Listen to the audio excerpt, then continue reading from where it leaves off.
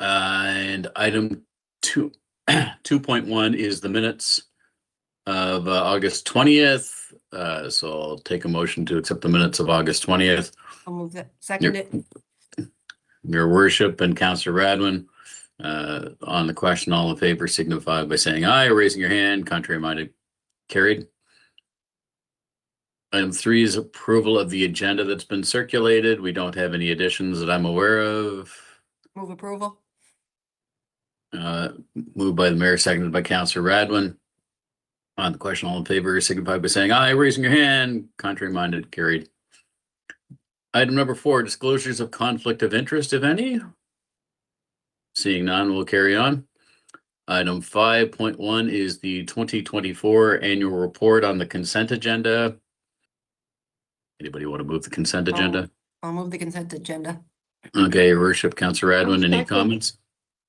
Yeah, I just want to just quickly for the public, I'd like them to note that information about council meetings and things like that, who attended, who would have used money in their budget for dinners and stuff like that. It's all in there. Some great messaging from the mayor and from the CAO. I enjoyed reading that.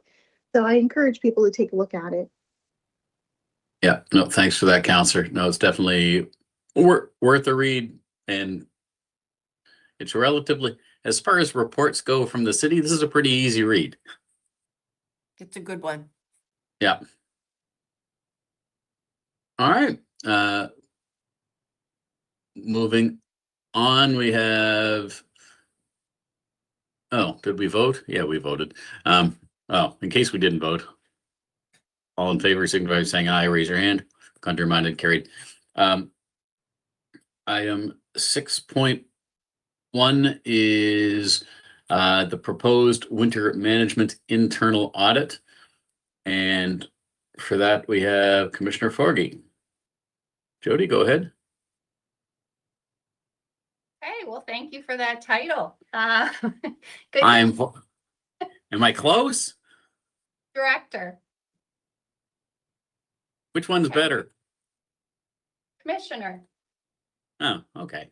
There you go. So good evening, Chair Sullivan and members of Finance Committee.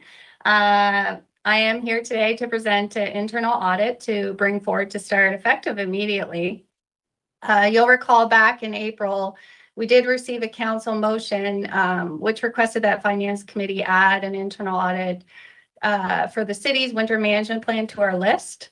We did after that go out, meet with our key stakeholders, transportation, public works, and we also researched what other municipalities have done around winter management reviews.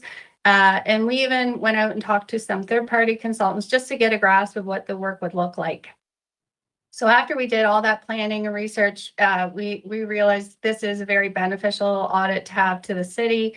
And the most optimal time to have this work completed is during the winter season. So that's why we want to start off right away in November. We did identify a third party who has significant experience in winter management operations. They've conducted similar reviews for other municipalities, but also they'll have a subject matter expert that actually worked in winter municipals ops. So a great asset to have to come on site with us. So the work will be completed both remote with some review of documentation and some interviews. And then they will, like I mentioned, come on site and visually see our operations at work. So the expectation is that it'll be completed in 4 phases, and these are all described to you in the report. As I mentioned, we look to have the work done between November and then end of the winter, so early spring, to have a report come back to Finance Committee. And then for internal audit within the city, our role is we'll be participating in the meetings. We'll have that oversight role and ensuring that a process is in place to obtain sufficient evidence and data that backs up these recommendations on observations that'll be made throughout the process. And then we transpose them into our audit management action plan with timelines which we follow up on and report out on. So for this audit, some of the key objectives would be around optimizing winter control operations and improve service quality, assessing our current service levels, review us to other municipalities. It's always great to benchmark against others, optimize our resource allocations, and then aligning with our community needs. When we scoped out the work, it's budgeted at 80,000, and we can absorb this in our 2025 year and then first quarter of 2026 in the budget being put forward. So with that, just before I do request approval of this recommendation to Common Council, I did just want to take a minute to acknowledge the motion put forward. To me, internal audit is still fairly new. It's been about 3 to 4 years now. But having members of Common Council bring forward motions such as this really shows the importance council places on their oversight role of the city operations. When requesting this type of internal audit, it provides independent insights to identify potential service or budget adjustments, and also helps foster the accountability to have the recommendations completed. So with that, the recommendation is in the report, and it is the request to have Finance Committee bring this forward to council to approve this winter management internal audit as part of the 2025-2026 internal audit plan. So that is it, and I'm happy to take any questions. Thanks, Director. I'll take a motion and then we can do questions. Moved by Councillor Radwin, seconded by Mayor Reardon. Questions? And Councillor Radwin, you have a question? I do, Chair. My question is, I'm wondering, so it says it'll be completed by March. Would we actually have a report back by then, Jody? So the goal on the timelines is to have reporting done by March. Okay. It'll depend on how well we move through the phases of work. I don't want to promise that as a deadline, but that is the goal and that is our timelines we put in place. And it makes sense because the majority of the winter season will be hopefully over by then. So that's the plan, as long as the winter season cooperates, and then we can get through all the work to sufficiently report back. That's great. Just a quick comment too. First of all, little plug in for you, Chair. This was your motion and you're always really good at reading the room, but I'll tell you, there was multiple councillors that were just so frustrated. And I think my biggest frustration was that we had all this equipment breaking, and so pretty much at a staff's control, not being able to get some of the sidewalks cleared, for example. The other thing that I'll make mention is I think that, obviously this audit is being done this year, so improvements would likely take place, the following year. So hopefully people will be patient. If we have a bad snowfall, I'm hoping we have a good winter, but hopefully there's enough snow that we can do a good evaluation too. So anyway, I constantly get calls where it's like, okay, the plow went and then the sidewalk got cleared and then the plow went again. Now the sidewalk is full. So I'm kind of hoping that there'll be some sort of, way to navigate those sort of things a little bit better. I know it's not easy trying to keep everything cleared. So thank you. Thanks, Councillor. Your Worship, any comments or questions? The only comment I have is that it aligns perfectly with the study that we had, but for your 5 top spending priorities, and like roads are like number 1, I think, on it. Snow clearing is right in those top 5 as well. So it's great to see that reflected in what we're doing as well. So thank you. Great report. Yeah, thanks for pointing that out, Your Worship. To Councillor Radwin's point on some of the challenges from last year, as committee knows, the staff still aren't waiting for this report to put in improvements. Later on in the budget is budget for some plows for the sidewalk plows in order to have more capacity there, so we aren't stuck like we were last year. And I'm sure that staff is looking at that situation, because I've heard that as well, Councillor, with the sidewalk being plowed and then the street plow coming along a while later and filling in the sidewalk. So hopefully with our GPS systems being monitored and fine-tuned, our managers will be able to plan for that. Just curious, really, Director, because I know like the expertise isn't in St. John. We have found the expertise on this. How do they monitor the actual operation during a storm? Do they look at the weather forecast and fly in the day before? Is it virtual? Do you know that kind of detail? I'm just curious. Yeah, so I would suspect I don't know if we'll be lucky enough that they'll be here during an actual storm event. I don't know if our operations will want them here on foot, question right during the event, but they'll certainly be tracking what's happening during the event. In the beginning, what they'll be doing is really compiling information about in our GIS system to identify what are the routes we currently do, what is the equipment available to us. But then when they come boots on the ground, they'll visually see it. They'll go out and meet with the individuals. They'll see how they do their maintenance. So I can't say for certain they'll be here during a storm. They would need to fly in. But if we could plan that and our internal team is willing to have them during the event, that would be the best observations. But they'll definitely be calling in and keeping in touch during storms. And I must say too, like, even though the work won't be fully complete until the end, they are going to provide a preliminary report after the second phase. So throughout the process, we should see opportunities for improvement. And our internal teams are already working on their own improvements internally as well, like within the department. So I wouldn't say it's status quo and completely like you just alluded to, but they'll see suggestions, improvements that happen throughout. We won't just hold it all till the end with the major recommendations. Excellent. So I don't see any more questions or comments. So on the motion that we have to recommend the internal audit to council, all in favor signify by saying aye or raising their hand. Contrary minded, carried. Thanks very much, Director. Before we move on, my fault, I really should have done this right at the start under the call to order. This is my first city meeting since the passing of former Mayor Ivan Court. And I do, on behalf of all the council and the mayor that's here, you know, as Finance Committee Chair, and many of the staff who are on the call right now were also with the city during that time. So just incredibly important to pass our condolences to Mayor Court's wife, Bliss, and brother, former councillor Court, and Bruce Court, and the whole family. I started on Finance Committee in 2008 during Mayor Court's run as mayor, and we all send our condolences to the family. Yeah, so moving on. Item 6.2, the general fund operating budget. CFO Fudge, you're going to take us through that.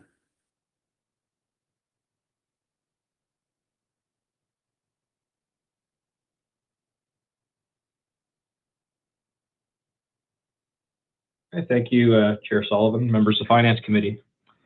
I'm very pleased to present to you this first draft of the 2026 general operating budget. The theme of this budget is about improving service delivery, quality of life for our taxpayers, providing value for money for the taxpayer's dollar, improving the city's competitive position, all while maintaining, as you're aware, financial discipline. That's what the Finance Committee does. The budget was built through collaboration, and you'll see that reflected in the presentation. Collaboration with the community through Shape Your Budget public engagement, collaboration with Common Council through the feedback session that was led by our finance chair, and of course, collaboration with staff, with the senior leadership team, and many on the executive team, providing those submissions and being involved in many discussions throughout the process. So the development of this budget in 2026 was under the confines of a property tax assessment freeze, for which property tax represents, in this budget, about 77% of the total revenue in the budget.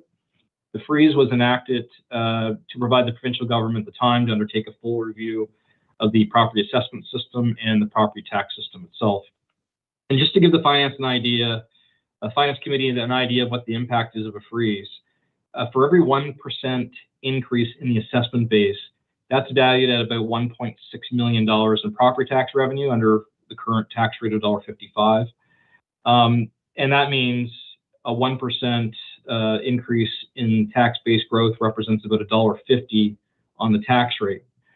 So park that information for now until we revisit that later in the presentation, but it'll be relevant a little bit later on. So the presentation this afternoon is recommended to be received and file. We would like to give the committee 2 weeks to reflect, and we would plan to schedule a meeting for November 12th, as reflected on the side, to provide final recommendations before sending this budget to Common Council on November 17th. On the 17th, we would recommend a receive and file to Common Council, and the plan hopefully will be to recommend a approval at the December 1st meeting of Council. The next few slides, I think these are going to become staples of our budget presentations, and they may become repetitive, but I think it's important to reinforce. It's a reminder of what services constitute an appropriate use of the municipal property tax dollar based on the roles and responsibilities of the various levels of government, who receive other forms of taxation such as income tax, sales tax, other forms of taxation. So for example, federally tax dollars go towards defense, employment programs, and social programs such as programs for seniors or poverty initiatives. At the provincial level or territorial level, taxes fund services that affect people in the province such as education, healthcare, affordable housing, social services, of course. And the municipal taxpayer expects that their property taxes will be put to good use to improve their communities for things such as road networks, public safety, water and sewer, stormwater, public transit, parks and recreation, solid waste. And the property tax system can be confusing for residents to understand. To try to understand who is responsible for what, with messaging from various public entities regarding, property tax rates, property assessment notices, budgets. This slide will also be a constant in our budget presentation, just to remind Council of the various roles and responsibility at a very high level with the government of New Brunswick responsible for tax law, including how rates are to be set by local governments, Service New Brunswick being responsible for assessment, and of course, at the local level for the setting of the rates within the confines of that tax law. So the agenda this afternoon will be quickly to go over the Shape Your Budget results and council roundtable feedback. So just so you have an opportunity to assess how Budget 2026 was reflected with respect to this feedback and how we took that into consideration. Then we will walk through the meat and potatoes of what you're getting in this budget, and I will apologize early to Mr. Fogan for stealing some of his thunder in the last item for the capital budget presentation, but you really need to look at some of the items within the capital and operating budgets to assess how aligned our 2026 spending priorities will be with respect to the feedback we've received. So we'll jump into what we heard with the public engagement. As the mayor alluded to earlier, the top 5 public engagement priorities we heard through Shape Your Budget through that public engagement included roads and sidewalks, parks and recreation, police services, affordable housing advocacy, and snow plowing, top 5. In September, led by our finance chair, we heard from the council some very similar themes, including communications, website improvement, roads and sidewalks was a theme, housing for all. There was a desire also to reduce the tax rate, if possible, and to focus on recreation and investments that result in a cleaner and safer city.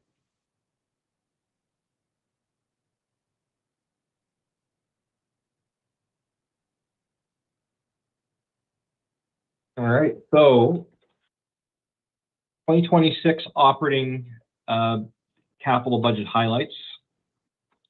These next 2 slides describe why we believe both this operating budget and the capital budget, Mr. Fogan will present to you later on, hits the mark with respect to the feedback we've received throughout the budget process. So first, we are proposing a 1.5 cent tax rate reduction, which if approved would mean the city has reduced the tax rate by 25 cents or 14% in the last 5 years. We would like to propose passing on a larger tax rate decrease to the community. However, it was not possible with the existing property tax freeze in place, as I earlier alluded to. We were only able to offer this modest reduction through our fiscal efforts in reducing the debt service costs. So principal and interest on long-term debt has been reduced thanks to the success of our debt management plan. You'll see that later in the presentation. And because of these efforts, the debt service ratio is actually quite low now. It's at 6.3%. What that means is 6.3% of the budget is paying for debt service. This is phenomenal achievement with the debt management plan and the long-term financial plan. It's a very healthy ratio for the city because a low debt service ratio allows the city to have more financial flexibility.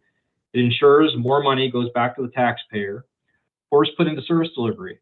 And also intrinsically offers the public confidence and accountability that you shouldn't think twice about when considering making investments in St. John's. Often, how we manage our debt is a reflection of our financial management at the city. So very encouraged with that debt service ratio. Parks and Recreation was also a very significant theme we heard from both council and the public, and we believe the operating and capital budgets deliver. So for the fourth year, we are allocating $3 million towards council's catalytic multiplex project, bringing the running total to $12 million in capital reserves for this project. Plus, we've secured an agreement for the land.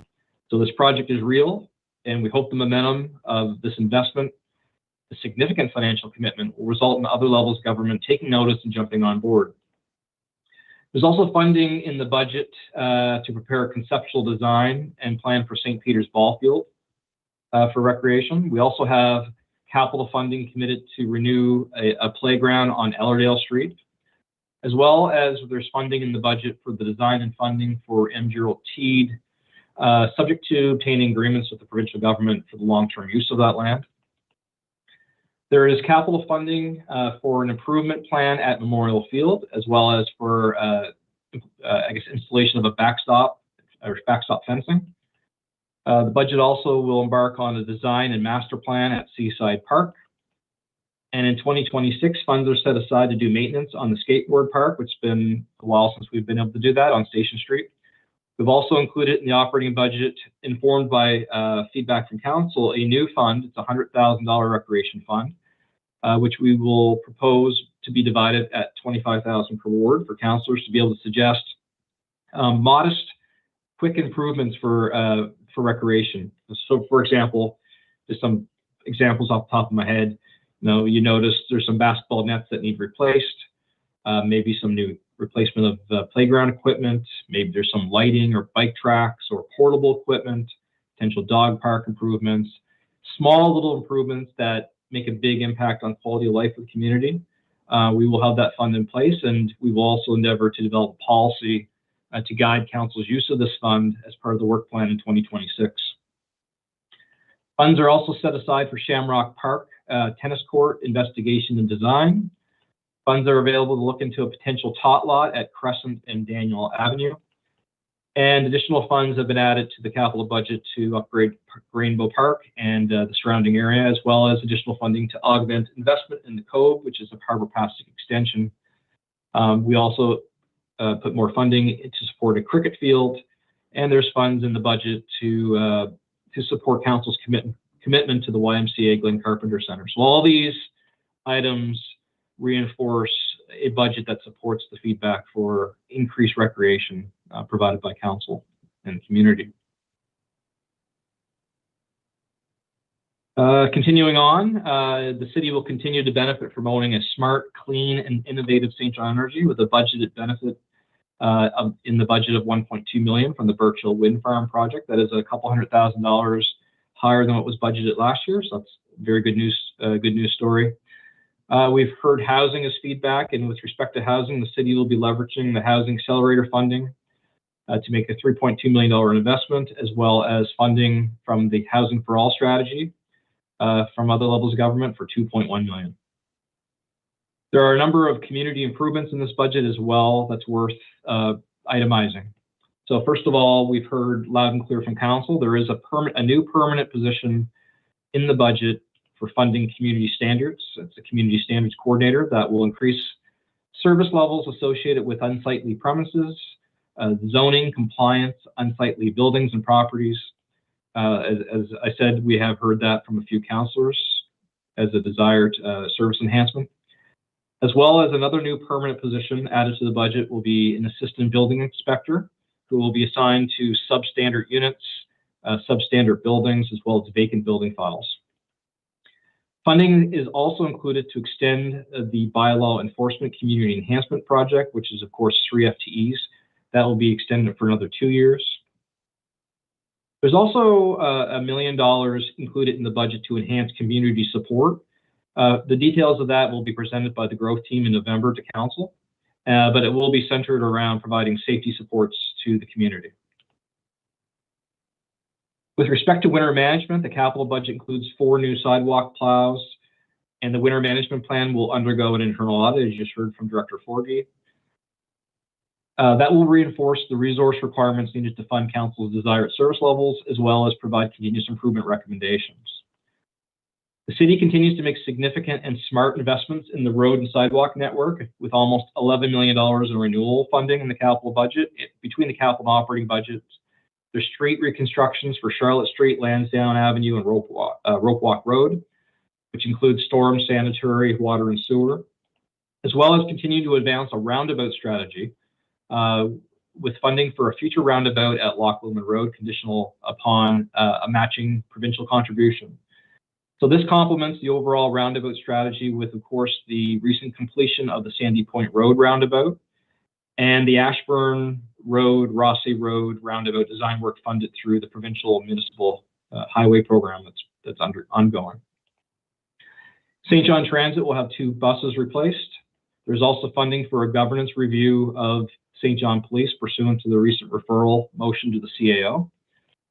City market redesign will be funded with ongoing funds committed in the budget, and a new FTE in the capital budget will be added for a funding officer with responsibility to seek additional funding opportunities and enhance the current capital budget reporting process.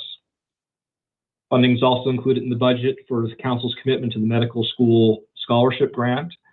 And finally, as we've confirmed with the St. John Police Commission and staff there, that the budget includes, that this has been submitted, includes the addition of 4 police officers. If we just go back to Common Council's feedback, I believe all the items that I just mentioned, and I apologize for how long I went, but I believe we did hit every one of those items that we've received during the feedback process.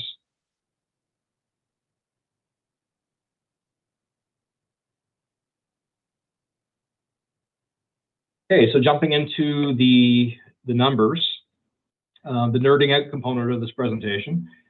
Assessment base increased 1.78 with 2.36% increase coming from the residential sector, and that includes, I'll remind you, when I say residential sector, it sometimes confuses people that it's just, you know, homeowners or single homeowners. This also includes multi-unit apartments. It includes hospitals, universities, and schools. That was 2.36% increase, a decline of 0.84% for the commercial sector, which can really only be attributed to the fact that there was an assessment freeze, so we did not get assessment-based growth in any of the sectors. But as well, there were a few larger reassessments of commercial retail properties that took place that directly contributed to that.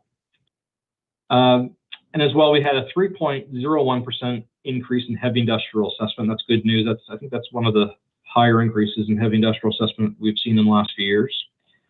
So combined, this results in a 1.53% increase in the tax base.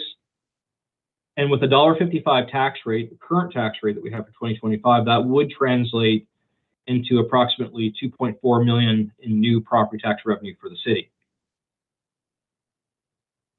However, with the recommended reduction in the tax rate of 1.5 cents, the city would collect $853,000 in property tax revenue instead of $2.4 million just presented in the previous slide. And the tax burden would actually fall almost entirely by 1% by having that tax rate reduction. Again, I would like to reiterate, and this is important, this modest move is aligned with following our financial plan, making strides in becoming more competitive in the tax rate that we have planned. Given Moncton and Fredericton both have tax rates that are significantly lower than St. John, and we'd also not be able to achieve this modest decrease without the impact of the city's debt management plan. So this slide compares the assessment-based growth of St. John to the provincial benchmark, as well as to Moncton and Fredericton. Given the assessments were frozen, I would say the results are promising from a growth perspective, as these percentage increase are strictly because of pure growth, as well as new construction and property sales. As you are aware, the provincial government completed a detailed fiscal reform process that has resulted in seeing St. John receive new capital renewal funding for approximately $7.6 million, as well as an increase in the city's grant, formerly known as the unconditional grant, now known as the fiscal capacity grant. And the fiscal capacity grant is appropriately named for that grant because the formula looks at the fiscal capacity of each community and provides equalization to communities to help them achieve goals by addressing the revenue capacity differences between those municipalities. So the funding is intended to ensure communities can provide comparable services at comparable tax rates, supplementing the revenue they raise through property taxes to cover these needs. It helps bridge the gap between what municipalities can generate on their own and the actual cost of delivering essential services like police, fire protection, waste collection, by taking into consideration a municipality's tax base and revenue per capita abilities. So for example, with St. John's huge geographical footprint and lower density than our peers in Fredericton and Moncton, it helps put St. John on an equal playing field with Fredericton and Moncton through the calculation of this fiscal capacity grant. I was intricately involved in providing the information to the province throughout this process, and I think the province, under the leadership of Deputy Minister Charbel Wad and Assistant Deputy Minister Jennifer Wilkins, they deserve credit for taking a data-informed, evidence-based approach to fiscal reform. And not only on this grant, but also on the capital renewal funding, because the capital renewal funding is dedicated to core renewal funding, existing infrastructure, not shiny and new or sexy to talk about, but it's critical and often overlooked in government funding programs. So I'm looking forward to the same amount of rigor being put forward under the property tax reform efforts as I saw in the fiscal reform efforts. And you can see on the slide in 2020, the city had an equalization grant budget of about 17 million way back in 2020. And that revenue was clawed back under the previous government down to 12.8 million in 2025, that orange bar. And with fiscal reform, we were seeing the renewal of that fiscal capacity funding now back on par with what the city had back in 2020 at a little bit more than $17 million. Excuse me. So this slide is a summary of what I already stated earlier with the 5.535 tax rate.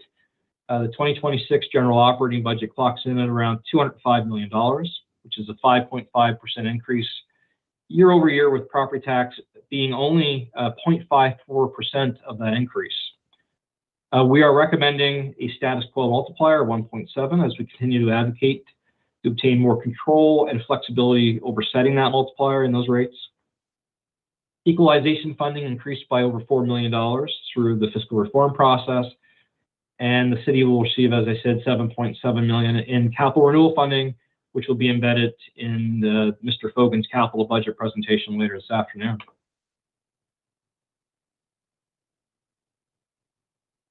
So this is a quick snapshot of the overall budget for 2026 compared to 2025 by service area.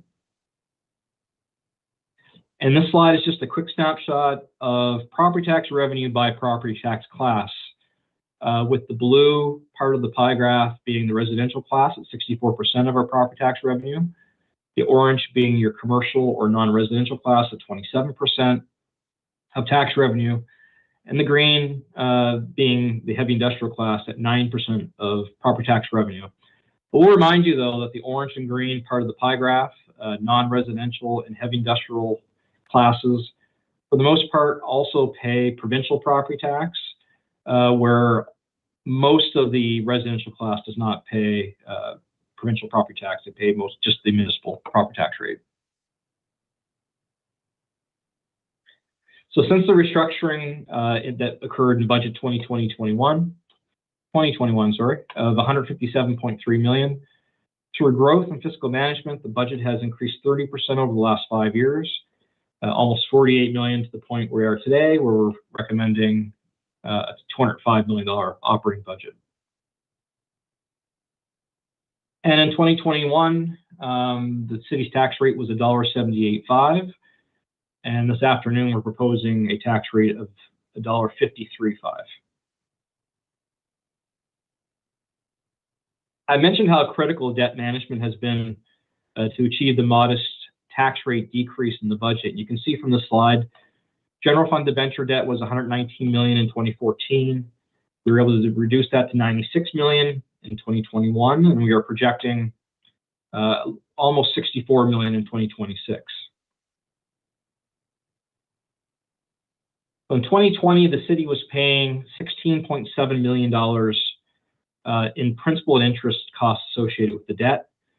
In budget 2026, the city will be paying $12.9 million, and that's a year-over-year reduction from 2025 of about $1.3 million. So you can see that $1.3 million is pretty close to being around the 1.5 cent reduction that I was referring to earlier, with respect to how important the debt management plan is to reducing our tax rate with year under the confines of a assessment-based freeze.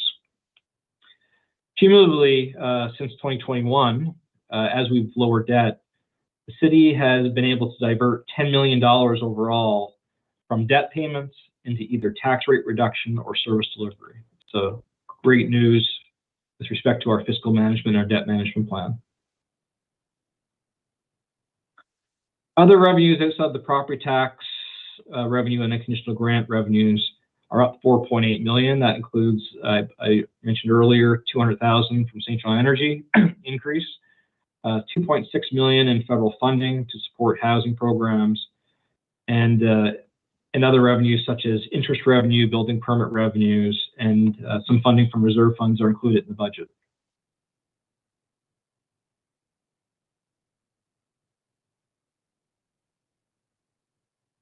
All right, so the 2026 general fund operating expenses, you'll see, actually, Mr. Chair, my slides are a little bit messed up. What slide are you seeing right now? Are you seeing a slide that says growth and community services, or are you seeing a slide that says 2026 general fund operating expenses?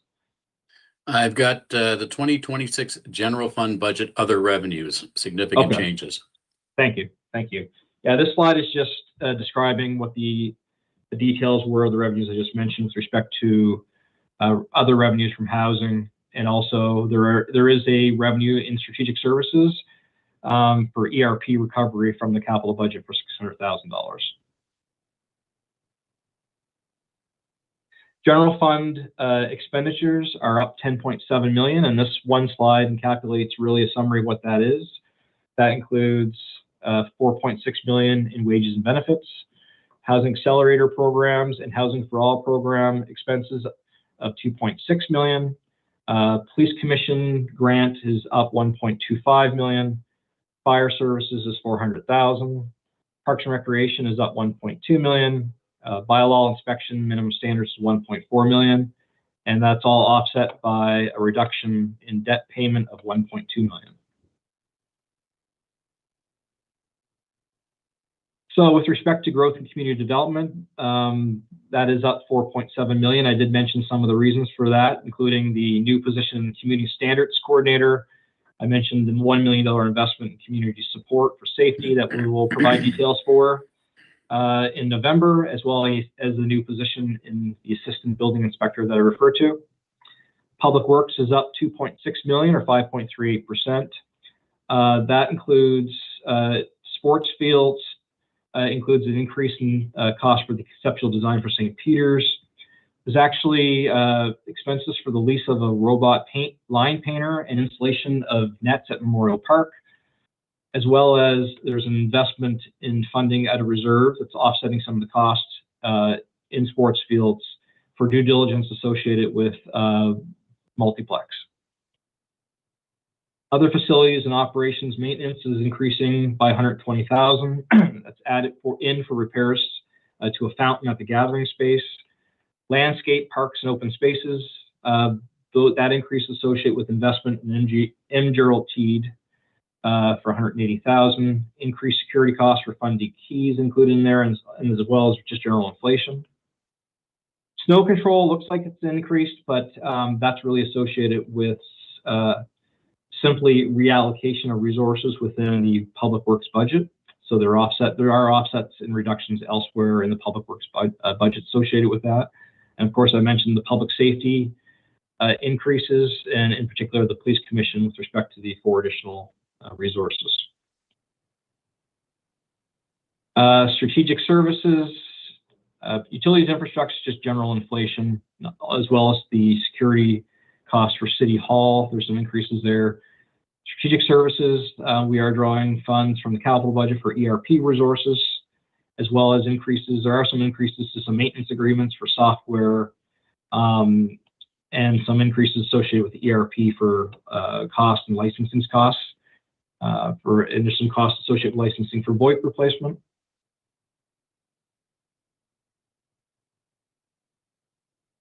So we have also reviewed the budget and can confirm it does comply with the city's wage escalation policy. And with that, that ends the presentation. We are recommending that the Finance Committee receive and file this presentation. We do have staff, commissioners from other service areas that are available to answer any questions that are more detailed than what I provided in this presentation. Thank you very much. Questions and comments from committee? Your worship, go ahead. I just want to say that the finance department always knocks it out of the park for me. I feel like I just opened the Santa Claus's package here because it's got everything in it that we've asked for. I know it's not easy to do it, to keep everyone happy. And I'm really happy to see the 1.5 cent reduction because it keeps us on that trajectory of continuing to go down with our property tax rate. So I'm really, really happy with it. There's so much detail in here. It's excellent reading. And I would highly recommend it. And I want to thank the team because I know how much work this is. Thank you. Thanks, Your Worship. Councillor Radman, go ahead. Thank you, Chair. I totally agree. That tax rate reduction, like, can we shout this to the rooftops that 25 cents has been reduced over 5 years? It's huge. It's a huge savings for people. So it's really exciting. Of course, there's all kinds of shiny, lovely things in there, parks and recreation. You know, I think this makes it really obvious that council is trying to invest in those items because those are really quality of life items. I think that we're all recognizing it. You know, it's just so good to see, you know, if you're talking Ward 4, you know, Cricket Field going out there, the multiplex savings, that'll be huge for the entire city, really. But I think that staff did do a really, really good job of listening to everybody around the table. So I always write notes and go back and take a look and make sure that, you know, there's no comments that are completely left out. So that hopefully when we get to the council table, we'll have great agreement. It looks like pretty much everything is in there. You know, 4 new police officers. I think the community is really wanting to see more police on the ground. I think that's huge. These parks and recreation, I actually did advocate with the other ward councillors. Okay, I went in and had a meeting on the skate park one day, and I said, you know what, like, if we want to keep this going, we're probably going to have to do some maintenance. So it's good to see that in there. New position for the community development officer. I do hope the province is going to recognize that we're paying for this position because they're paying for a position in every other ward. So I'd really love to see the province stepping up and saying, okay, you know what, city's done their part. We're going to do our part too and put another position over in Ward 4 or the east side for community development. The sidewalk plaza, this is huge. Like, people are really, you know, they were in a real predicament last year, and staff were trying to do everything they could, and they just, you know, with machines breaking down, it was so difficult. But you know, happy to see, like, congratulations to CAO, Kevin, your staff.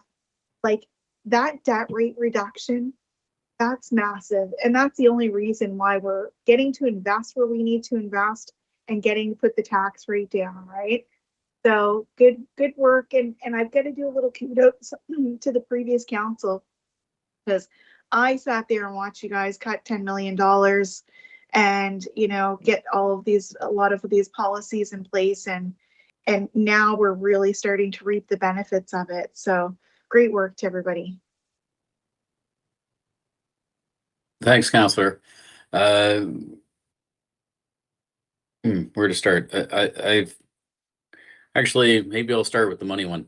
The PILT adjustment, CFO Fudge. So for folks who are watching, payment in lieu of tax. So the Port Corporation doesn't actually pay tax because they're a federal entity, but we do get what is called the payment in lieu of taxes, and that's PILT. And there was an adjustment showing in 2025 and nothing yet for 2026.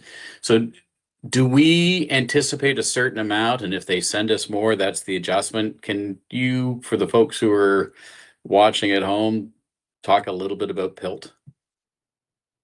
Absolutely. Thank you. That's a great question. It is payment in lieu of taxes. And those properties are assessed basically similar to any other property that's in the city by Service New Brunswick.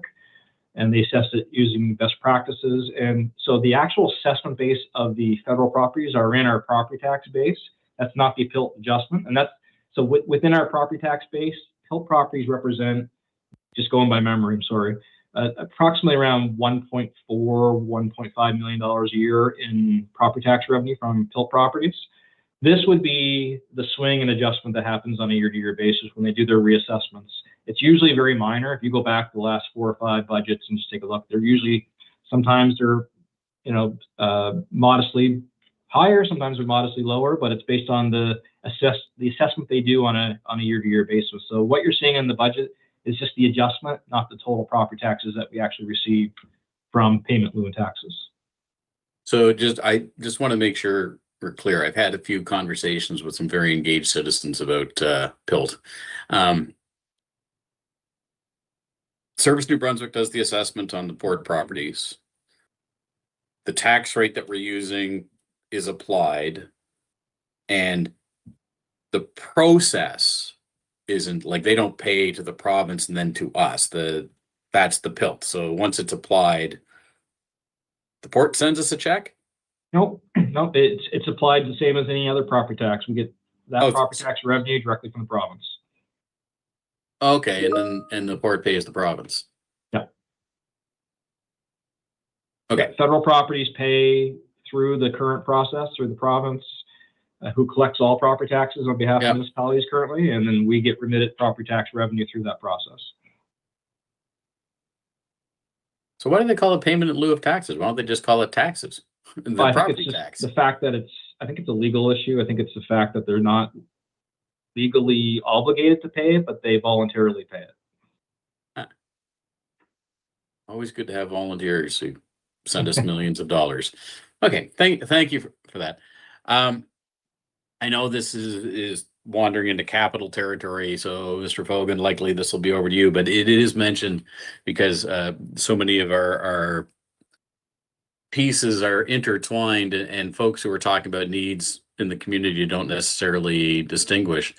The roundabout strategy, certainly I know people I speak with who use Sandy Point Road regularly, those who live in Milledgeville and those who work at the hospital and university are quite thrilled about this roundabout. It is de-stressed a whole community while driving back and forth from East St. John.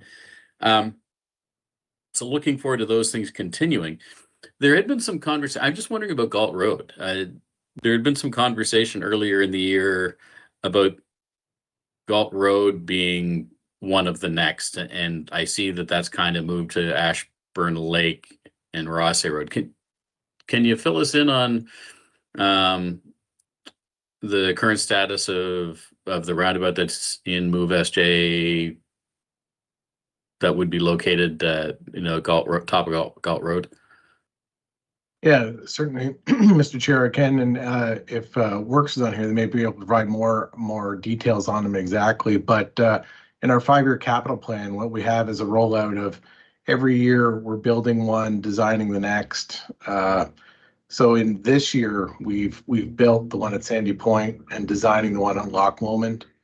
Next year, we'll be building the one at Loch Lomond and designing, I believe it's Rossay Road, and that year.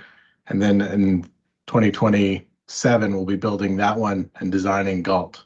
Okay. Nope, That's- that's good. That I just want the folks who we talked out west to know it's in the queue. And I like that plan. It makes a lot of sense. So thank you for that. My last is a bit of a comment for the finance crew, recreation crew, likely too late for this year, but you know, I do want to plant the seed.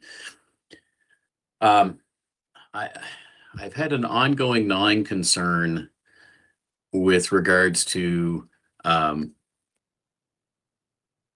sports that receive property tax money through the city of St. John versus sports that don't.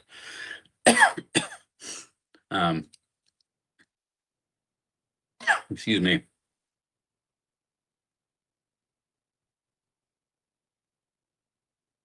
And there are many, so I'm just going to choose these because they're ice related, and because I happen to welcome you know, I think 90 teams from out of the city to the Riverboat Classic curling bonspiel this past weekend. But we have 2 curling clubs in St. John that have ice and ice plants and ice maintenance and all those things, and then not owned by the city, and the city owns hockey rinks that, you know, hockey and speed skating and figure skating and other users use. So the city-owned facilities are subsidized, both on the capital side for maintaining the rinks and on the operational side, because the users don't pay in their user fees what the city pays in order to maintain the facilities. And so I do want to plant this thought, because I know it'll take some work and it'll take some research to find out, you know, gather what the subsidies are. I know we did some work a few years ago on it, you know, how much we're subsidizing adults versus youth, and, you know, by sport, whether it's a field sport in the summer. Just there's lots of work to go into it. But I think I might have a solution to think about, likely for budget next year. And it comes on the heels of the recreation fund by ward that we're proposing for this year to get some small things done. But if we had a fund set aside that was available for not-for-profits who are involved in recreation but don't already receive a subsidy from the city of St. John to apply to in some fashion, then sports that support youth in St. John that may not choose to do a sport or an activity that currently receives a subsidy from the city of St. John, the city of St. John would find a way to support those young people from the city who want to take part in recreation in the city. I'm happy to have more conversation at another time. Once I think about it a little bit, I may put it into a referral motion at council so we can gnaw on it for a while for next year. You know, I certainly don't want to begrudge the investments that are in this budget to support young people who are involved in sports and recreation. It is certainly, it's an economic driver. It brings people to the city. And more importantly, it supports the young people in the city to grow up to be responsible citizens, because everything, all the benefits that young people get out of being involved in recreation and sport. But I think that might be a way to at least have us treat sports and recreation a little more fairly. I mean, it's just tradition, and the reason we got here because we own all these assets that we need to support, and if we didn't run them, then all these sports would disappear. So I get why we have them. I just struggle with, you know, why we support some and don't support others. But anyway, I will just float that because I know staff likes to listen to ideas like this, and we'll go away and gnaw on it. And I think it's something worth thinking about, because I do want to support what is being proposed in the budget for tennis and cricket and baseball. Because those are all good things, and certainly parks that anybody can use. But I think this is something we can think about. I don't know. I've never seen it anywhere else, but if it's not anywhere else, that's okay. That doesn't mean it wouldn't be good to support those other activities. So thanks for not interrupting my long rant. I will float that out there. The last piece I will circle back to, this 1.5 cent tax rate reduction. We created a financial plan in the city of St. John,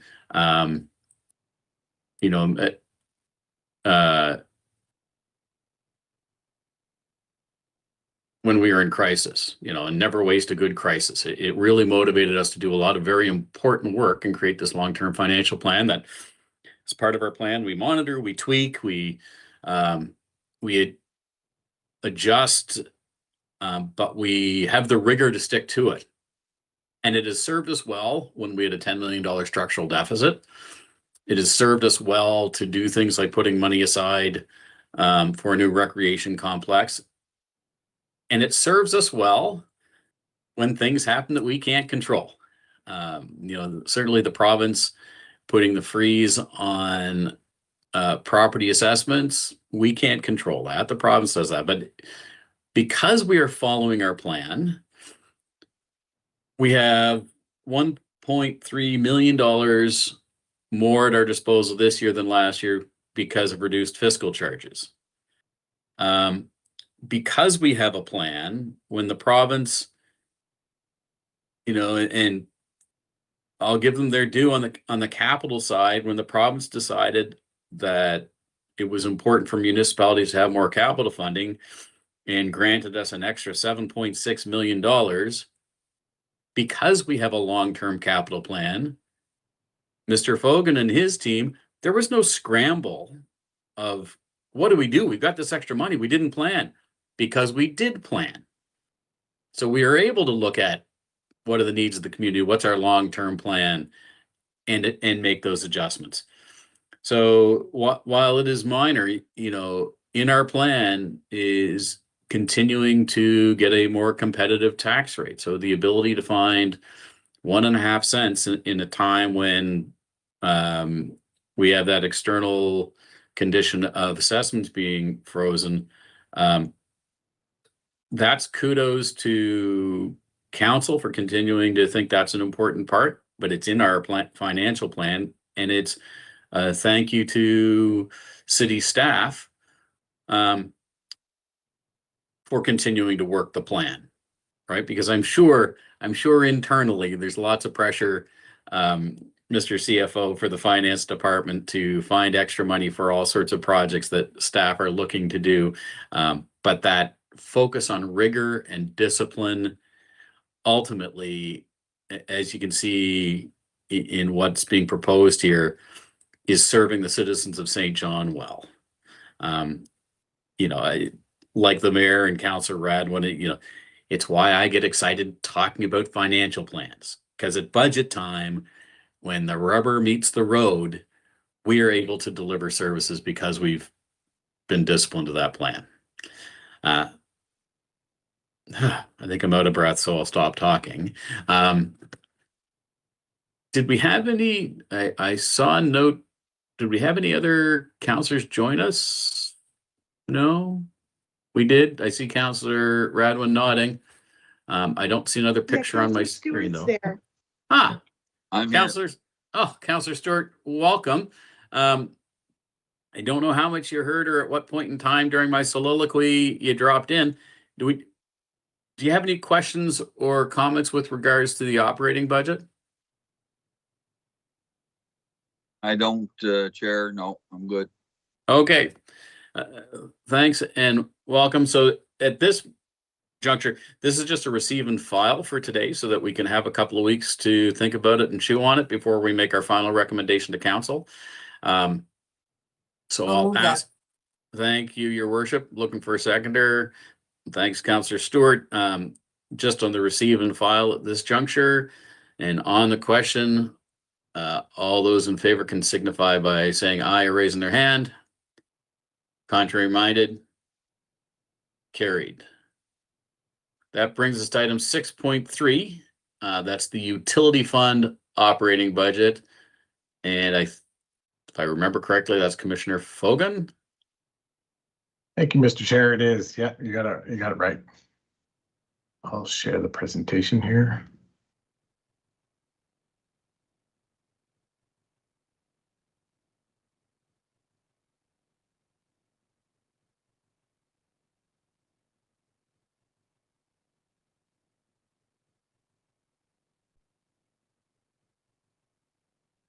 There we go. I guess I should be displaying properly there. Yes, so thank you, Mr. Chair. I'm happy to be able to review the utility fund operating budget. I don't have all the exciting news that our CFO Fudge had in the general fund operating budget. The utility fund budget is mostly categorized, I'll say, as a steady as she goes, but still hopefully worthy of the committee's support in those efforts. You'll see right off the bat from our very first slide, this is our budget overall. Very little change from 2025 to 2026. In fact, just a couple $100,000 difference between 2025 to 2026. And again, our revenue overall, just a very slight change from 55.4 million to 55.7 million. Included in this revenue is a rate increase as per a long-term financial plan of 1.26% for residential customers. And this is the first rate increase in 8 years. So after 7 years of keeping the rate steady, this is our first increase, which we know this doesn't meet the inflation rate from the past few years. We've gone through many iterations of reductions and trying to find efficiencies, and we were able to do that for many, many years. But just like everybody else, we've also faced increasing electricity cost, increasing cost of materials, increasing cost for capital projects. So as per our financial plan, this is our first rate increase in 8 years. So our annual flat rate will be $14.46. It's an increase of $1.50 per month, or $18 a year, which is the same 1.26% for commercial potable customers. And our meter revenue, which is worthy of note when we were thinking about our universal metering project, is despite the rate increase, we're still projecting less consumption.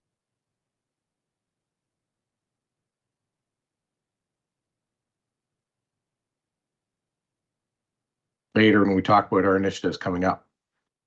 And other revenue is made up of a combination of interest, revenue from leachate treatment, and miscellaneous recoveries from the general fund. So our St. John Water draft operating budget, this is not including the industrial water, which again pays for itself. The highlights are no new debt being proposed for 2026. It's a pay-as-you-go capital of almost 7.2 million, and significant increase in wastewater operations over prior years due to ongoing maintenance. We are finding some of our wastewater treatment plants and stations in need of some attention for maintenance. As far as priorities, key highlights, two off the bat that I'd like to highlight in particular. One is our water system master plan. You'll see it funded on our capital budget, but we'd like to get into the investigation and concept and design the complete long-term water strategy to address residential, commercial, industrial water growth throughout the city. We're on a different projection than we were a few years ago. We now have our long-term financial plan, so let's develop a water system master plan that includes considerations for east and west and how we're servicing those long-term, add some predictability. Also on here, we're talking about universal metering, which I already kind of introduced. So we'd like to complete a detailed plan or roadmap, if you like, to execute, looking at the installation of metering throughout the city in a phased-in approach. And why it needs to be phased in, if that's a question, a preemptive question, I guess I'll answer. If you think of 15,000 households, in order to install meters in each one of those, well, there's only 52 weeks a year. Be quite a few households per week. We would chew up every single plumbing contractor for 3 years in a row if we probably tried to tackle 15,000 installations in a short period of time. So it has to be a phased-in approach. But we'll come back with a roadmap to show to committee and to council about how we might do that. Some other initiatives as well: leak detection of East Water Distribution System. Our unit directional flushing program will continue. We did pause some of the east this year due to water conservation efforts, so we'll pick up that, plus complete the west side. And installation of 2 additional eye hydrants in strategic areas to cover any leak detection. Also, some work around our fire hydrant inspection program. We'll repaint approximately a quarter of them and inspect a little over a third of them out of our over 2,100 fire hydrants in our inventory. Major work on our water tanks continues, and next year looking at the rehabilitation of the Rockwood Park water reservoir and the road access up to it. Wastewater collection, continuing to utilize trenchless technology programs to complete more sanitary pipe repairs. Also looking at some of the environmental protection programs around completing a 14-point verification procedure in relation to provided by the pump manufacturer for 5 lift stations. Also increased efforts around our safety. We've become very safety focused, which is good for our organization. We want everybody to go home safe at the end of the day, and safety has become one of our number one priorities, I'll say. On to the industrial water rates. Just as a background, I'm sure committee is well aware, as well as council, but just for the general public, full separation of the potable and industrial water supply was achieved through the completion of the Safe Clean Drinking Water project. And in 2019, Hemson Consulting completed a raw water rate analysis to assist in developing raw water rates for each customer that are set by Common Council by law annually. So these are not negotiated. They are just simply imposed by council on a full cost recovery basis. And we have Irving Oil Limited and Irving Paper on the east side, and Irving Pulp and Paper and NB Power generating station at Coulson Cove on the west side. And so since 2020, all industrial water customers have been billed the full cost of delivering water via bylaw rates set by Common Council. Bylaw rates are updated annually through Common Council. The industrial bylaw rates include the following: operational cost, contributions to asset replacement and our asset management program, a rate stabilization reserve, any new debt associated with industrial system delivering, the service of that debt, and the previous debt associated with being a member of the water distribution system.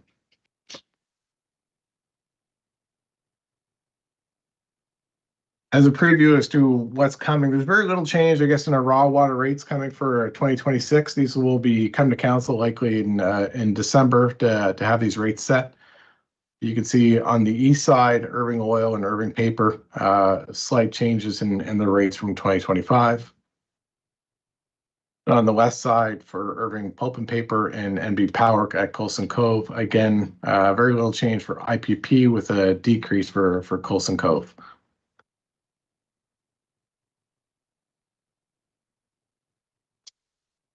In conclusion, the utility is really balancing the need to replace aging infrastructure and also supporting growth with the need to replace infrastructure to ensure service levels can be met. We continue to examine revenue opportunities and increased rates. Just to note that increased rates are not covering the increased costs the utility has seen over the last 8 years, as I started the presentation, mentioned at the start. And impacts are felt in capital investment to help offset the increase in operating expenditures. You'll see that reflected a little bit in our utility capital program. And with that, the recommendation is similar to the general fund, just to receive and file those presentations, and happy to answer any questions. Thanks, Commissioner Fogan. To committee, are there any questions or comments on the water utility operating budget? Your worship, go ahead. Thank you. Just a quick question. What would constitute a reduction in the rate? You've got two of them on there, right? For MB Power, Coulson Cove, you mentioned that one. And then the other one, just above it, Irving Pulp and Paper. So Right. What is it? Less water use, change of lines? What is it? It's associated with, well, it could be associated with less water usage. So at Coulson Cove, there has been less water use, which means they're contributing less to the overall cost of the system behind it. But also, as their costs also include new debt and old debt being retired, right? So Well, as they retire old debt, Right. there's less contributions. And like I said, they also are contributing to a future capital replacement program as well. So it's not just just not capital the each water. year. So, Yeah. yeah. Okay, thank you. Thanks, Your Worship. Councillor Radwin, go ahead. Thank you, Chair. Yeah, so I was just wondering, through you to Commissioner Fogan, just wondering if you can speak to what sort of increases that the utilities had to cause the increase. I know I've pushed back on the increase, but it is very small. Yeah, no different than any other organization out there. Our cost of goods and services, such as electricity, we all know, we all buy power from one generator. Even, ours is from St. John Energy, but they buy from MB Power. It's all runs downhill, right? So energy's gone up, wages have gone up. We saw a significant spike in materials, especially associated with their utility after the pandemic. There was a spike immediately after that where some of the materials almost doubled in price. But even some of the chemicals used for treating water have increased in price.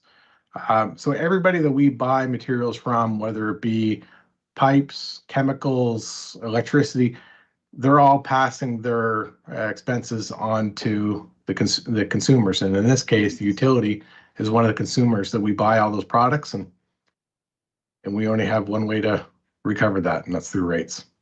Yeah, well, that's great, Commissioner. I appreciate that. It's just good to get some clarification. I am going to support your budget. I think that because we are lowering the tax rate, it certainly helps offset any additional costs, hopefully, for people. I'm just trying to keep some affordability things in mind when we're doing this, but I think it works out to being about $18 a year more. So just want to clarify. I'm pretty sure that I understand, but all of these industrial places, they have a complete separate budget. So there's no ratepayers that are residential payers paying for their rates at all, right? Correct. Something we wish was clear throughout everybody's mind. The industrial water system is separate from the potable. They pay the full cost of it, including a portion of everybody's salary, including a portion of my salary. Okay. So for my efforts towards that. That's great. No, thank you very much. The only other point, Councillor Radwin, that you brought up around rates looking forward, one of the things I think as St. Johners, I guess, that we could probably all get on board with, I think, is the more density we can build into our community, the more people we can attract, the more 6-story buildings we allow in our neighborhoods, the more people we get using on in our existing infrastructure, the more we share that cost among new users, and it will help keep our rates stable going forward. So the more we can accept growth and be ready for it, the better off we will be in the long run. I know, I don't know about my neighbors, but I know there's a big piece of land there back of my house. If somebody wants to build a nice big building back there, I have no issues, as long as it's looked after well. So yeah, sounds good. Let's keep growing. Thanks, Councillor. Any other questions before I throw my question out there? Don't see any. Okay, thanks, Commissioner. Actually, as follows on what Councillor Radwin was asking about, the cross subsidization. Some people have a concern that residential ratepayers are somehow subsidizing industrial water, and that's not true. They are two entirely separate systems. The math is all separate.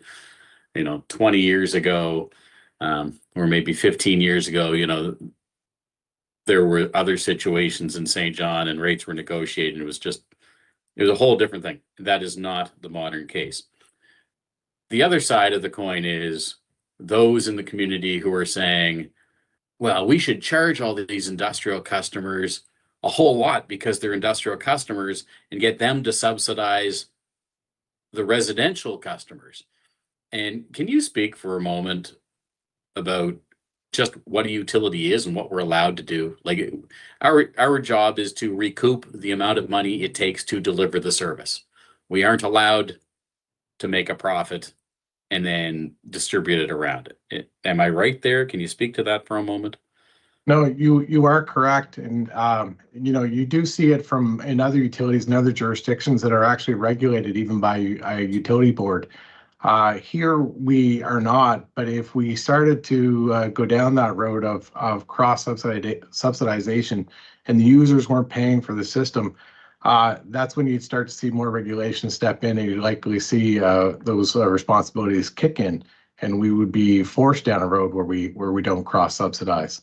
It's just not an accepted principle within utilities. Yeah, no, thank you for that. That's a message I think we need to continue to pass along. And my last comment will be, that I have long been an advocate of not raising water rates, and I think the folks who have run St. John Water have done a fantastic job. That over the last 8 years, wow, like 8 years to not raise a price. I can't imagine anything else in North America where the price hasn't changed in 8 years. Maybe the hot dogs at Costco.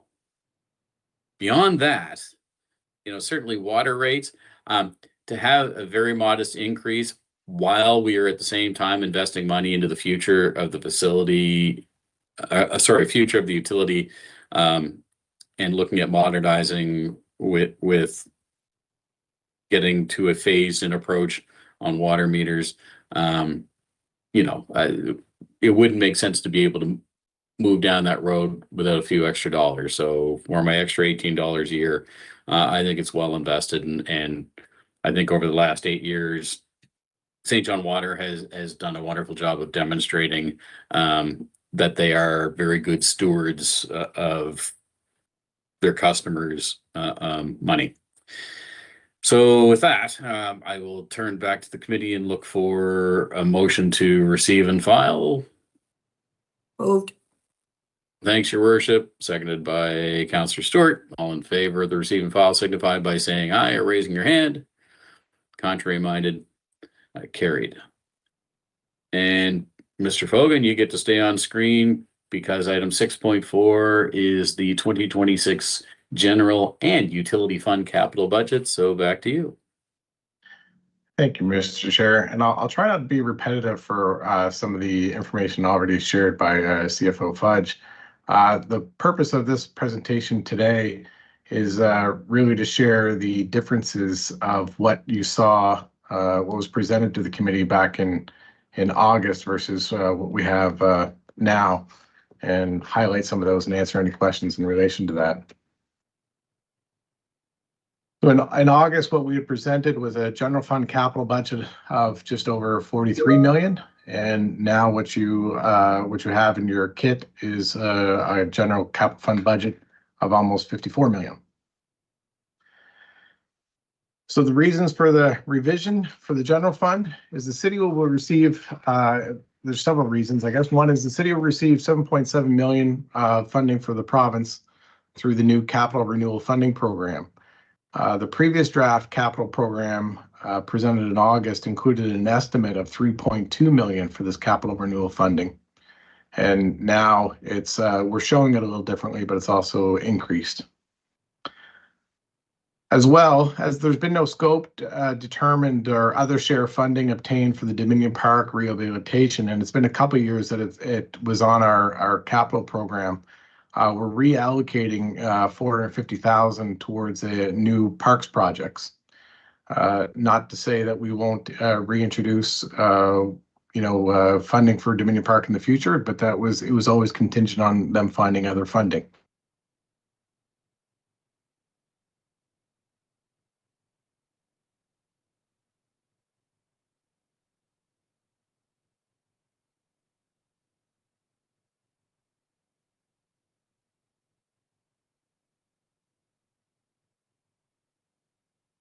I see some people moving, except I don't see Mr. Fogan moving. Am I frozen or is he frozen? I would say he's frozen. I think he's frozen.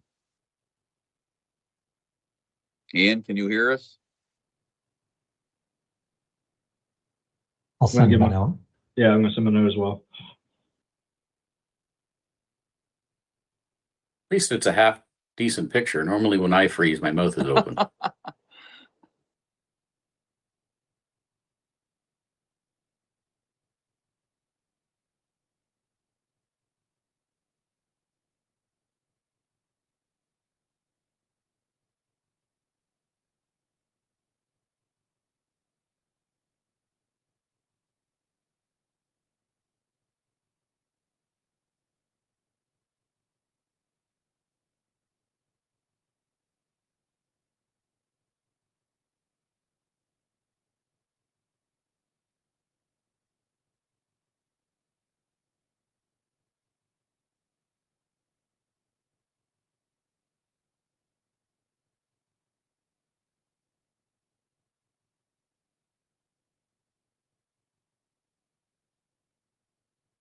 Sorry, Mr. Chair. My computer all of a sudden tells me that I had no internet. I don't know why. Nothing seems to have changed on my end, but all of a sudden I had no internet. Anyway. I don't know where I left off, but I'll share it again. No, you're on a roll. I wonder how long you went past when you froze. It could have been a couple of minutes. That's the slide you were on. Okay, perfect. I can play it again.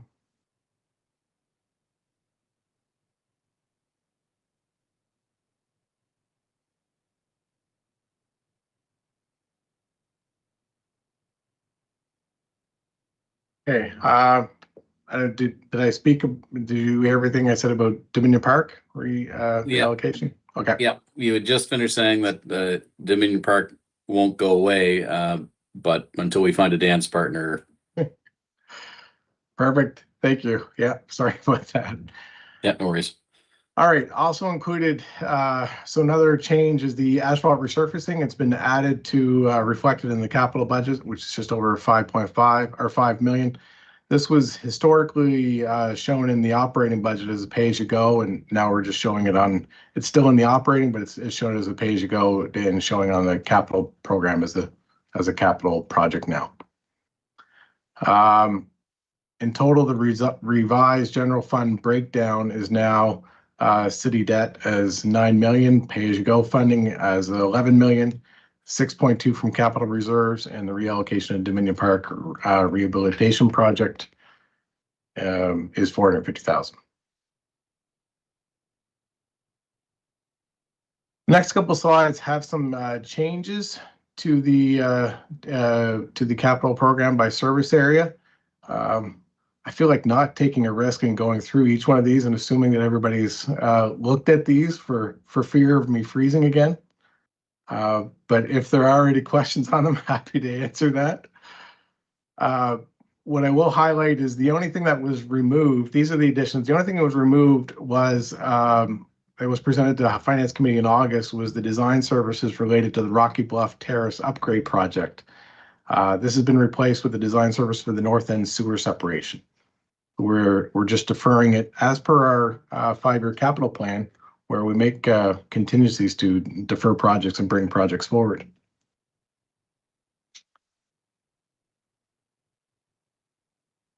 And again, you'll note that you can go into the entire program is attached to the presentation. So, and the new projects in there are highlighted in orange if you're looking at the entire list.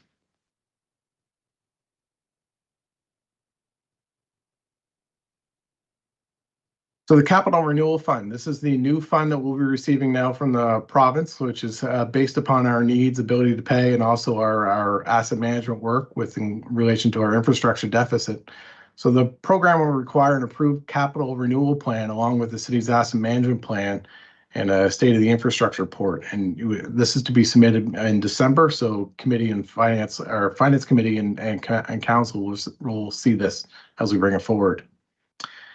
The staff to propose to submit the following projects as the projects under this new program to simplify our submission with the province is asphalt resurfacing, curb and sidewalk of just over 5 million, fire equipment for 900,000, and transit bus replacements, 2 of them at just over 1.7 million. These projects were originally proposed to be funded under city share, and now they'll be funded under the Capital Renewal Fund, and the city share has been reallocated then to other projects. There's also been a few changes to the utility fund capital budget. As I spoke about during the utility fund operating budget, the pay-as-you-go is decreasing in order to deal with some pressures on operating expenses. So there are some slight changes to the capital budget as a result of that. In August, you saw a combined budget from utility and other share of just over 19 million. And now it's just under 18 million. So the utility water revenue projections for 2025 are lower than expected. Therefore, adjustments were made to the pay-as-you-go, as I just said. The revised funding breakdown is 7.1 pay-as-you-go and 4 million in funding from utility capital reserve. Various project budgets that are listed in the draft program have changed from what was presented in the Finance Committee back in August 2025. So there's been some adjustments as well. Several project descriptions were adjusted to redefine project scopes. Several projects were added, as we'll see in the next slide, and several projects were removed from the original draft program we put back into the utilities 5-year investment plan. So as for new projects, these are the new ones that we've added, including, as I mentioned, design services for the sewer separation in the north end. And then removed, as I mentioned before, like the Rocky Bluff separation is included in ones that we'll remove, as well as a couple other ones that's listed on the slide. So with that, staff are recommending that Finance Committee approve revised 2026 draft general and utility fund capital budgets and send to the next meeting of Common Council for receive and file. And with that, Mr. Chair, we also have a commitment to come back to in regards to our 5-year capital plan. Once this is approved, obviously we brought forward some, as you mentioned and earlier, we brought forward some projects from our draft plan for 2027, brought them forward to 2026. Now, if this is approved, we'll have to adjust 2027, plus we'll take into account the future funding from the capital renewal funding from the province. So we'll see some adjustments then to the 5-year plan. So we're moving some things up. We're getting better estimates. So you will see some changes. And as I said, the entire purpose of the 5-year capital plan is to give us the flexibility. So there's no commitment. The only time we're really committed on what we are spending on is when you approve the actual annual budgets. The investment plan is just a plan. Thanks, Commissioner. Plan the work, work the plan. Plan the work, work the plan. So I'll take a motion first. The recommendation is for Finance Committee to approve and forward to Council. I see Councillor Radwin's hand and seconded by Councillor Stewart. Questions for Commissioner Councillor Radwin? Go ahead. Thank you, Chair. A couple of questions. With the backup generator for Champlain Heights, I know you guys have had some issues where things have broken over there and things like that. Do you think that this is gonna help matters in the neighborhood? Because I mean, I think of a backup generator is just gonna go when if there's electricity going out, or help me understand. Maybe it does more than that. No, well, that's essentially what it does. It helps keep the pressure constant, right? As per what could, if power goes out, that's exactly its intended purpose. Yeah. Okay, so probably wouldn't help with any issues that have gone on as far as things breaking. There was a couple of spots where you guys had to dig on Champlain Street Drive, and there's probably nothing that has to. There's no improvement probably for that. No, it wouldn't be related to the generator. No. Okay.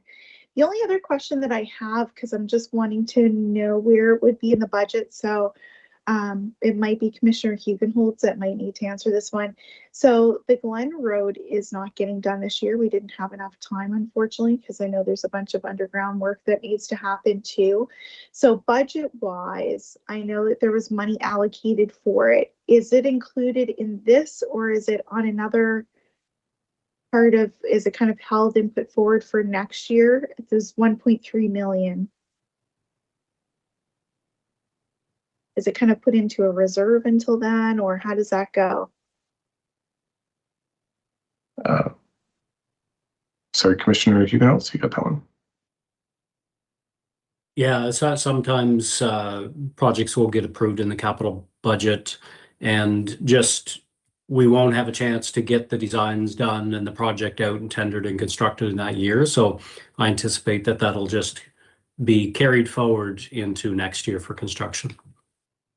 That's great. But budget-wise, does it need to be on one of these line items, or is it just kind of put into a reserve in the meantime? How does that work? Just, I guess, accounting-wise.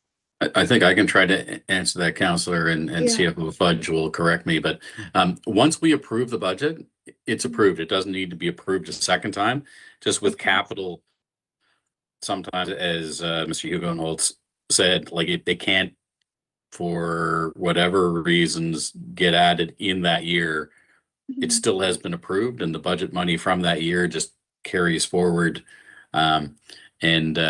There have been very rare instances when years down the road a project gets pulled and that money then comes back. But as I understand it, unless it comes back in front of us for council to be said that it's pulled, things that were approved for this year in 2025, if they're not done, but they're in the capital and approved, they're still approved, and our folks will continue to work on them until further notice.